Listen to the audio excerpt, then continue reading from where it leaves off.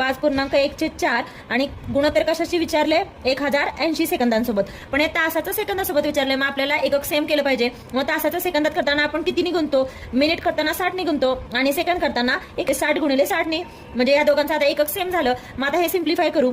5.1/4 हे कसं लिहू शकतो, या दोघांचा गुणाकार 5 × 20 + 1 म्हणजे 21/4 गुणिले 60 आणि भागाकारात काय आहे 1080. आता हे सॉल्व्ह करूयात.